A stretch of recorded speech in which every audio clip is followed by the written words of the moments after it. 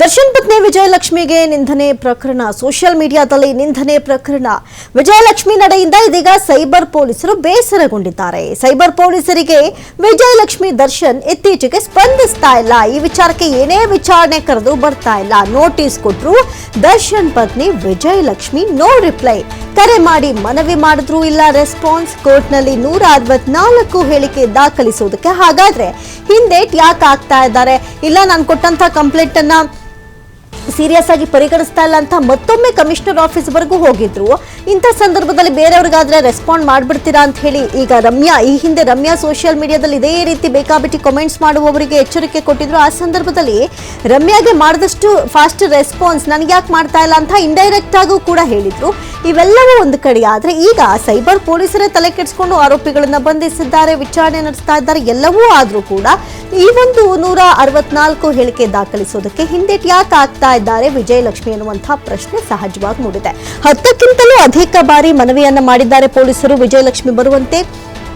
ಆದ್ರೆ ಇವತ್ತು ಬರ್ತೀನಿ ನಾಳೆ ಬರ್ತೀನಿ ಅಂತ ವಿಜಯಲಕ್ಷ್ಮಿ ಈ ಒಂದು ಪ್ರಕರಣಕ್ಕೆ ಸಂಬಂಧಪಟ್ಟಂತೆ ಬಹಳಷ್ಟು ಹಿಂದೇಟಾಗ್ತಾ ಇದ್ದಾರೆ. ಹೀಗಾಗಿ ವಿಜಯಲಕ್ಷ್ಮಿ ನಡೆಗೆ ಸಿಸಿಬಿ ಸೈಬರ್ ಪೊಲೀಸರು ಬೇಸರವನ್ನ ವ್ಯಕ್ತಪಡಿಸ್ತಾ ಇದ್ದಾರೆ. ಇನ್ನು ಗಮನಿಸಬಹುದು, ಬೇಕಾಬಿಟ್ಟಿ ಸೋಷಿಯಲ್ ಮೀಡಿಯಾದಲ್ಲಿ ಕಮೆಂಟ್ ಮಾಡ್ತಾರೆ. ಹೆಣ್ಣು ಮಕ್ಕಳ ವಿರುದ್ಧ ವಾಚ್ಯ ಶಬ್ದಗಳ ಪದ ಬಳಕೆಗೆ ತೀವ್ರ ಬೇಸರಗೊಂಡಿದ್ದಂತಹ ವಿಜಯಲಕ್ಷ್ಮಿ ದೂರನ್ನ ದಾಖಲಿಸಿದ್ರು. ಸೈಬರ್ ಕ್ರೈಮ್ ಮೊರೆ ಹೋಗಿದ್ರು. ಈ ಸಂದರ್ಭದಲ್ಲಿ ಆರೋಪಿಗಳನ್ನ ಪತ್ತೆ ಹಚ್ಚುವಲ್ಲೂ ಕೂಡ ಬಹಳಷ್ಟು ವಿಫಲರಾಗ್ತಾ ಇದ್ದಾರೆ, ತುಂಬಾ ಡಿಲೇ ಮಾಡ್ತಾ ಇದ್ದಾರೆ, ಪ್ರಕರಣವನ್ನ ಸೀರಿಯಸ್ ಆಗಿ ತಗೊಳ್ತಾ ಇಲ್ಲ ಅಂತ ಹೇಳಿ ಆರೋಪ ಮಾಡ್ತಾ ಇದ್ರು. ಆದ್ರೆ ಇದೆಲ್ಲವೂ ಒಂದು ಕಡೆ ಆದ್ರೆ ಈಗ ವಿಜಯಲಕ್ಷ್ಮಿ ದರ್ಶನ್ ಅವರನ್ನೇ ಎಷ್ಟೇ ಬಾರಿ ಕರೆದ್ರೂ ಕೂಡ ವಿಚಾರಣೆಗೆ ಹಾಜರಾಗ್ತಾ ಇಲ್ಲ.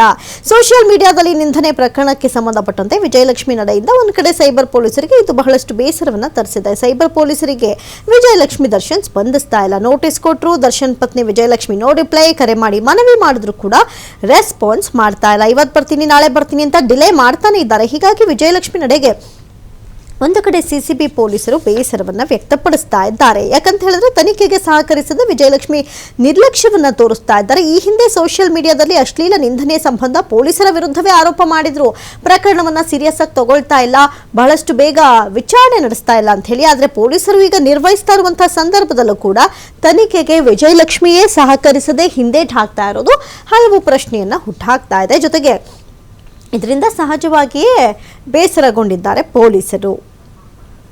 ಈ ಬಗ್ಗೆ ಹೆಚ್ಚಿನ ಡೀಟೇಲ್ಸ್ ಅನ್ನ ಕೊಡ್ತಾ ಹೋಗ್ತಾರೆ ದೂರವಾಣಿ ಸಂಪರ್ಕದಲ್ಲಿ ಪ್ರತಿನಿಧಿ ಸಂತೋಷ್ ಪಟೇಲ್. ಸಂತೋಷ್, ಗಮನಿಸೋದಾದ್ರೆ ಈ ಹಿಂದೆ ಪೊಲೀಸರ ವಿರುದ್ಧವೂ ಅಸಮಾಧಾನವನ್ನ ವ್ಯಕ್ತಪಡಿಸಿದ್ರು. ಇಂಥ ಪ್ರಕರಣವನ್ನ ಸೀರಿಯಸ್ ಆಗಿ ತಗೊಳ್ತಾ ಇಲ್ಲ ಅಂತ ಹೇಳಿ ಪರೋಕ್ಷವಾಗಿ ಪೋಸ್ಟ್ ಅನ್ನ ಮಾಡಿದ್ರು. ಬೇರೆಯವ್ರಿಗಾದ್ರೆ ರೆಸ್ಪಾಂಡ್ ಮಾಡ್ತಾರೆ, ನಮ್ಗಾದ್ರೆ ಈ ತರ ರೆಸ್ಪಾಂಡ್ ಮಾಡಲ್ಲ ಅಂತ ಹೇಳಿ. ಆದ್ರೆ ಈಗ ಪೊಲೀಸರೇ ತಲೆ ಕೆಡಿಸ್ಕೊಂಡು ಆರೋಪಿಗಳನ್ನ ಕೂಡ ಬಂಧಿಸಿದ್ದಾರೆ.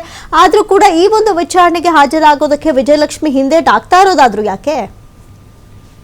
ಅದೇ ಈಗಿರುವಂತ ಮುಂದಿನ ಯಕ್ಷ ಪ್ರಶ್ನೆ ಅಮೃತ. ಯಾಕಂತ ಹೇಳಿದ್ರೆ 10ಕ್ಕೂ ಹೆಚ್ಚು ಬಾರಿ ಇವರು ನೋಟಿಸ್ ಅನ್ನು ಕೊಟ್ಟು ಅವರು ಮನವಿ ಮಾಡಿದ್ರು, ಯಾಕೆ ಬರ್ತಾ ಇಲ್ಲ ಅನ್ನೋದು ಪೊಲೀಸರು ಕೂಡ ಗೊತ್ತಾಗ್ತಿಲ್ಲ. ಅದಕ್ಕೆ ವಿಜಯಲಕ್ಷ್ಮಿನೇ ಸ್ಪಷ್ಟನೆಯನ್ನ ಕೊಡಬೇಕಾಗತ್ತೆ. ಯಾಕಂತ ಹೇಳಿದ್ರೆ ಯಾವುದೇ ದೂರನ್ನ ಕೊಟ್ಟರೆ ದೂರನ್ನ ನೀಡಿದ ಬಳಿಕ ಅದಕ್ಕೆ ಸಂಬಂಧಪಟ್ಟ ಹಾಗೆ ಏನು ದೂರದಾರರು ಇರ್ತಾರೆ ಅವ್ರು ಬಂದು 164 ಸ್ಟೇಟ್ಮೆಂಟ್ ಅನ್ನ ಮಾಡಬೇಕಾಗತ್ತೆ. 164 ಸ್ಟೇಟ್ಮೆಂಟ್ ಅನ್ನ ನೀಡಿ ಅಂತ ಹೇಳಿ ನ್ಯಾಯಾಲಯಕ್ಕೆ ಬಂದು ಹಾಜರಾಗಿ ಅಂತ ಹಲವು ಬಾರಿ ಅವರಿಗೆ ಮಾಹಿತಿಯನ್ನು ಕೊಡಲಾಗಿದೆ, ನೋಟಿಸ್ ಅನ್ನು ಕೂಡ ಕಳಿಸಲಾಗಿದೆ. ಇಷ್ಟಾದ್ರೂ ಕೂಡ ಅವರು ಬಂದಿಲ್ಲ. ಸೊ ಹೀಗಾಗಿ ಪೊಲೀಸರು ಎಲ್ಲೊಂದು ಕಡೆ ಇಡೀ ಪ್ರಕರಣದ ತನಿಖೆಯನ್ನ ಪೂರ್ತಿ ಮಾಡ್ಲಿಕ್ಕೆ ಸಮಸ್ಯೆಗಳಾಗುವಂಥದ್ದು. ಯಾಕಂತ ಹೇಳಿದ್ರೆ ಅವರು ಸ್ಟೇಟ್ಮೆಂಟ್ ಕೊಡ್ಬೇಕಾಗುತ್ತೆ. ಅಂದ್ರೆ ದೂರು ಕೊಟ್ಟವರೇ ತನಿಖೆಗೆ ಸಹಕಾರ ಮಾಡದೆ ಹೋದ್ರೆ ಪೊಲೀಸರು ಯಾವ ರೀತಿಯಾಗಿ ಕೆಲಸವನ್ನ ಮಾಡಬೇಕಾಗುತ್ತೆ ಅನ್ನೋದು ಪ್ರಶ್ನೆ. ಇಷ್ಟೊತ್ತಿಗಾಗ್ಲೇ ಏನು ದರ್ಶನ್ ಪತ್ನಿ ವಿಜಯಲಕ್ಷ್ಮಿ ಕೋರ್ಟ್ಗೆ ಹಾಜರಾಗಿ ನ್ಯಾಯಾಧೀಶರ ಮುಂದೆ 164 ಸ್ಟೇಟ್ಮೆಂಟ್ ಏನಿರ್ತೀವಿ ಈಗಿನ BNS 183 ಸೊ ಆ 183 ಅಡಿಯಲ್ಲಿ ಇವರು ಸ್ಟೇಟ್ಮೆಂಟ್ ಅನ್ನು ಕೊಡಬೇಕಾಗಿತ್ತು. ಆದ್ರೆ ಅದನ್ನ ಕೊಟ್ಟಿಲ್ಲ. ಆದ್ರೆ ಪೊಲೀಸ್ ಯಾವಾಗ ಬಂದು ಕೊಡ್ತಾರೆ ಅನ್ನೋ ಬಗ್ಗೆ ಮಾಹಿತಿ ಇಲ್ಲ. ಈ ತಿಂಗಳಲ್ಲಿ ಏನು ಕೊನೆಯದಾಗಿ ಅವ್ರಿಗೆ ಮತ್ತೊಂದು ಅಂದ್ರೆ ಡೇಟ್ ಅನ್ನ ನಿಗದಿ ಮಾಡಲಾಗಿದೆ ಅನ್ನೋ ಮಾಹಿತಿಗಳು ಲಭ್ಯ ಆಗ್ತಾ ಇತ್ತು. ಈಗಲಾದ್ರು ಬಂದು ಅವರು ಸ್ಟೇಟ್ಮೆಂಟ್ ಅನ್ನ ಕೊಡ್ತಾರಾ ಇಲ್ವಾ ಕಾಯ್ದು ನೋಡ್ಬೇಕಾಗುತ್ತೆ. ಯಾಕೆಂದ್ರೆ ಇವರು ದೂರು ಕೊಟ್ಟ ಬಳಿಕ ಈ ಪ್ರಕರಣಕ್ಕೆ ಸಂಬಂಧಪಟ್ಟ ಹಾಗೆ ಸುಮಾರು 6 ಜನರನ್ನ ಬಂಧಿಸಿ ಪೊಲೀಸರು ಜೈಲಿಗೆ ಕಳಿಸಿರುವಂತದ್ದು. ಇನ್ನೂ ಕೂಡ 6 ಜನರಿಗೆ ಯಾವುದೇ ರೀತಿಯಲ್ಲಿ ಜಾಮೀನು ಕೂಡ ಆಗಿಲ್ಲ.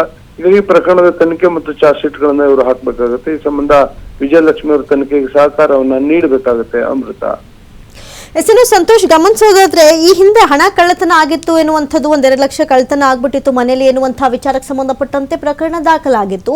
ಆ ಪ್ರಕರಣಕ್ಕೂ ಕೂಡ ವಿಜಯಲಕ್ಷ್ಮಿ ಹೋಗೋದಕ್ಕೆ ಆ ಒಂದು ವಿಚಾರಣೆಯ ಸಂದರ್ಭದಲ್ಲಿ ಕೂಡ ಹಿಂದೇಟ್ ಆಗ್ತಾ ಇದ್ರು. ಈಗಲೂ ಕೂಡ ಆ ಒಂದು ವಿಚಾರಣೆಗೂ ಹಿಂದೇಟ್ ಆಗ್ತಾ ಇದ್ದಾರೆ ಎನ್ನುವಂತ ಮಾಹಿತಿ ಇದೆ. ಈ ಪ್ರಕರಣದ ಡೀಟೇಲ್ಸ್ ಕೊಡೋದಾದ್ರೆ ಹಿಂದೆ ಅವರ ಅಪಾರ್ಟ್ಮೆಂಟ್ ಅಲ್ಲಿ ಒಂದಿಷ್ಟು ಹಣ ಕಳ್ತನ ಆಗಿತ್ತು ಅಂತ ಹೇಳಿ ಚೆನ್ನಮ್ಮನಕೆರೆ ಪೊಲೀಸ್ ಠಾಣಾ ವ್ಯಾಪ್ತಿಗೆ ಇವರೊಂದು ದೂರನ್ನ ಕೊಟ್ಟಿರ್ತಾರೆ.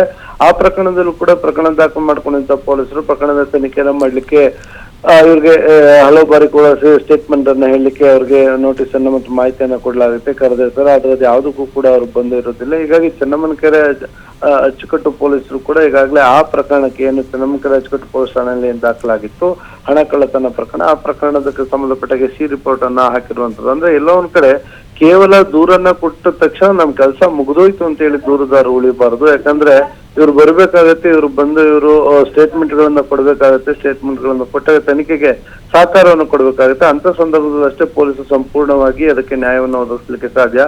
ಒಂದು ವೇಳೆ ಇವರು ದೂರನ್ನ ಕೊಟ್ಬಿಟ್ಟು ಆ ಕಡೆಗೆ ತಲೆನೇ ಹಾಕ್ಲಿಲ್ಲ ಅಂತ ಹೇಳಿದ್ರೆ ಪೊಲೀಸರು ಅವ್ರಿಗೆ ಸಿಕ್ಕಿರುವಂತ ಮಾಹಿತಿಯನ್ನ ಆಧಾರವಾಗಿ ಇಟ್ಕೊಂಡು ಅದ್ರ ಮೇಲೆ ಒಂದಿಷ್ಟು ತನಿಖೆಯನ್ನ ಮಾಡ್ತಾರೆ. ಪ್ರಕರಣದಲ್ಲಿ ಶಿಕ್ಷೆಯನ್ನು ಕೊಡಿಸ್ಲಿಕ್ಕೆ ಕಷ್ಟ ಆಗುವಂತ ಸಾಧ್ಯತೆಗಳಿರುತ್ತೆ.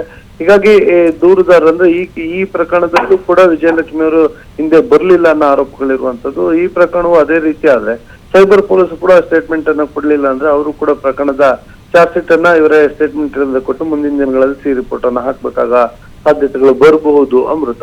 ಇನ್ನು ಸಂತೋಷ್, ಈಗ ಸದ್ಯಕ್ಕೆ ಪತಿಯನ್ನ ಬಿಡಿಸುವಂತಹ ನಿಟ್ಟಿನಲ್ಲಿ ತೆರೆಮರೆಯಲ್ಲಿ ಬಹಳಷ್ಟು ಪ್ರಯತ್ನಗಳನ್ನ ವಿಜಯಲಕ್ಷ್ಮಿ ನಡೆಸ್ತಾ ಇದ್ದಾರೆ ಎನ್ನುವಂತಹ ಒಂದು ಮಾತಿದೆ.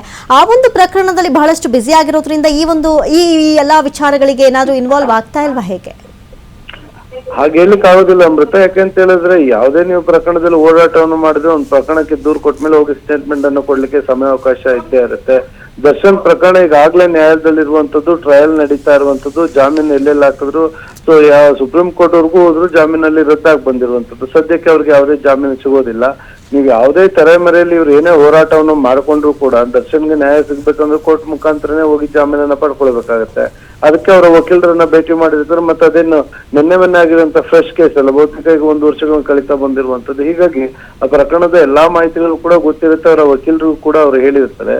ಸೊ ಈ ನೆಪವನ್ನ ಇಟ್ಕೊಂಡು ಅವ್ರು 164 ಸ್ಟೇಟ್ಮೆಂಟ್ ಕೊಡ್ಲಿಕ್ಕೆ ಬರಕ್ ಆಗಿಲ್ಲ ಅಂತ ಹೇಳಲಿಕ್ಕೆ ಇದು ತಪ್ಪು, ಸುಳ್ಳು ಅಂತ ಹೇಳ್ಬೇಕಾಗತ್ತೆ. ಯಾಕಂತ ಹೇಳಿದ್ರೆ ಏನು ಒಂದು ದಿನ ಕೋರ್ಟ್ಗೆ ಸಮಯವನ್ನು ನಿಗದಿ ಮಾಡಿದಂತ ಸಂದರ್ಭದಲ್ಲಿ ತನಿಖಾಧಿಕಾರಿಗಳು ಕೊಟ್ಟಂತ ಸೂಚನೆ ಸಂದರ್ಭದಲ್ಲಿ ಇವರು ನ್ಯಾಯಾಲಯಕ್ಕೆ ಹೋಗಿ ಸ್ಟೇಟ್ಮೆಂಟ್ ಅನ್ನ ಕೊಟ್ಟು ಬರಬೇಕಾಗುತ್ತೆ. 1 hour 2 hour ಇರುವಂತ ಕೆಲಸದ ಇಡೀ ದಿನ ಇವರು ಸ್ಟೇಟ್ಮೆಂಟ್ ಕೊಡ್ಬೇಕಾದ ಅವಶ್ಯಕತೆಗಳು ಏನಿರೋದಿಲ್ಲ.